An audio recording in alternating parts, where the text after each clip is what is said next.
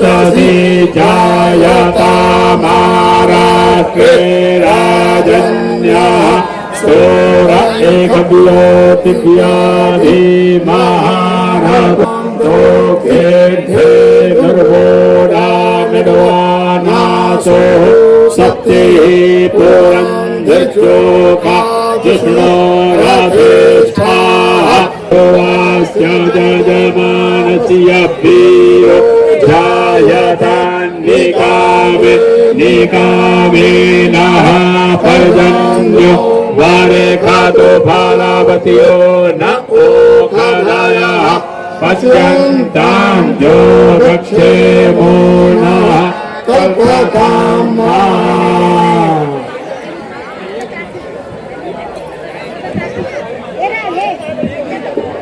सबके पास पहुंच गया है, सामग्री तो हाथ उठावे, सबके पास पहुंच गया।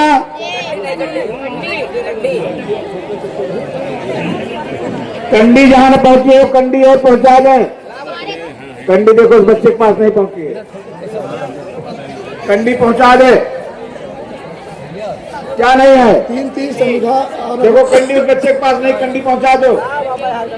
अच्छा सभी थोड़ा कंडी सही बटुकगढ़ तीन संविधा बचाए रखिएगा, तीन लकड़ी संविधा बचाए रखिएगा, वो बाद में आहुति भी पड़ेगी और बाकी जला लीजिए। केवल तीन संविधा बचा, तीन टुकड़ा बचाए के रखना है। संविधा जो हाथ में दिया जा रहा है, लकड़ी जिसको कहते हैं,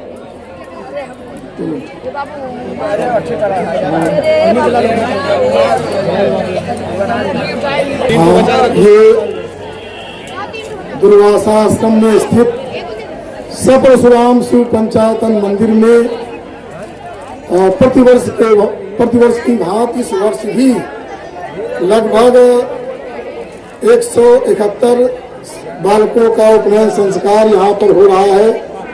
क्योंकि आजकल क्या होता है कि देहातों में हम बहुत जगह बड़े बड़े विद्वानों के यहाँ गए हैं तो वहाँ 2 बजे से पहले उपनयन आरंभ ही नहीं होता।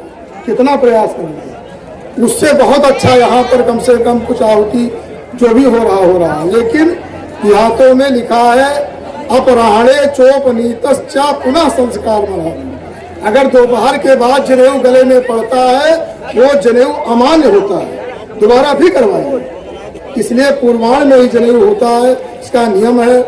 और उपनयन मतलब ये होता है कि जो है गुरु के पास माता पिता जो बालक आते हैं बटुक को लाया जाता है, उनका उपनयन होता है। उपनयन के लिए लाया जाता है, वेदारंभ के लिए लाया जाता है। इनको गुरु वेद पढ़ावे, उपनयन हो और वेद में अधिकार प्राप्त हो और वो उनका संस्कार बने। क्योंकि सब लोग जानते हैं चाहे कोई कैसी भी वस्तु बड़ी हो, लेकिन अगर यदि उसका संस्कार हो जाता है वो चमक उसमें आ जाती है। और ये तो बटुकगढ़ है तो इनके अंदर जब संस्कार आएगा तो चमक आएगी, तेज आएगा। और ये जो है अपने देश का हित करेंगे, देवताओं का यजन वंदन करेंगे, अपने पितरों का भी पूजन करेंगे।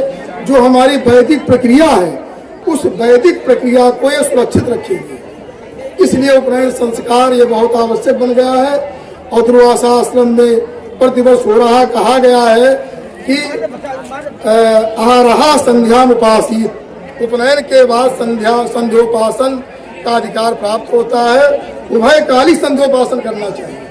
कहा गया है संध्योपासन न करने का जो प्रायश्चित होता है, जो पाप होता है, वो किसी भी शुभ कर्म से वो पाप दूर नहीं होता, वो पाप बना का बने रह जाता है। भले आप कितना पुरुष सूक्त पाठ कर लीजिए, श्री सूक्त पाठ कर लीजिए और शंकर जी का अभिषेक कर लीजिए, लेकिन जो संध्या न करने का जो प्रायश्चित होता है वो बना रहेगा। इसलिए संध्या करना अनिवार्य होता है ब्राह्मण क्षत्रिय वैश्य के लिए। यहाँ भी बटुकों का उपनयन संस्कार हो रहा है। ये एक बार जो है राम जी को थोड़ा, क्योंकि विश्वामित्र जी के साथ गए थे, विलम्ब हो गया था, तो विश्वामित्र जगाते हैं, कहते हैं कौसल्या सुप्रजा रामो पूर्वा संध्या प्रवर्तते उत्तिष्ठ नरसार्दूल कर्तव्यम दयोमानितुम। नरसार्दूल कहा जो अपने धर्म कर्म में डटे रहते हैं, समय से करते हैं, वही वीर है, वही सिंह है, वही वीरता है। ये नहीं वीरता है, वीरता वीरता है जो अपने धर्म कर्म में डटा रहे और कोई प्रमाद न करे, कोई आलस्य न करे और अपने धर्म कर्म को करे। इसलिए यहाँ पर यही शिक्षा उपदेश दिया जा रहा है, उपनयन संस्कार हो और धर्म पर डटे रहे हो। कहानी क्या है, ये जो यज्ञोपवीत प्राप्त हुआ है ये परम पवित्र होता है। इसके 9 तंतुओं में प्रणवादि 9 देवता विराजमान रहते हैं। ग्रंथि में ब्रह्मा विष्णु रुद्र विराजमान रहते हैं। इनकी प्रतिष्ठा होती, पूजन होती है, ये हमें पवित्र लगते हैं। और सदैव यज्ञोपवीत जो होता है ये सत्कर्मों की ओर, सत संस्कार की ओर, सद विचार की ओर ये उपनयन हमें यज्ञोपवीत प्रेरित करता रहता है सदैव के लिए। और इसका नियम है कि दक्षिण कान पर इसको अगर मलमूत्र आदि का त्याग करना हो, या समागम करना हो तो दाहिने कान पर जो यज्ञोपवीत को चढ़ा लेना चाहिए। इसका नियम है क्योंकि लिखा गया शास्त्रों में दक्षिणेक्षण पश्यति, जो जीवात्मा होता है दक्षिण कान से सुनता है और दक्षिण नेत्र से देखता है। इसलिए इसको जो है उपनयन को ध्यान रखना चाहिए। बाकी विशेष उपदेश होता रहेगा। इति सम। सबके पास पहुंच गया संध्या, सबके पास घी पहुंच गया। आप लोग हवन करने के लिए तैयार हो जाइए। ओम नहीं, पहले कंडी डालेंगे। कंडी का 5 टुकड़ा है, पहले कंडी का 5 टुकड़ा घी में डुबो करके अग्नि में डालेंगे। चलिए तैयार हो जाइए। पहला टुकड़ा उठाइए। पहला टुकड़ा उठाइए। ओम अग्ने सुस्रवः सुस्रवसम मा कुरु स्वाहा। ओम यथा तुम अग्ने सुस्रवासि स्वाहा। ओम एवं मा गुं सुस्रवः स्रवसम कुरु स्वाहा। ओम यथा तुम अग्ने देवानां यज्ञस्निधिपासि स्वाहा।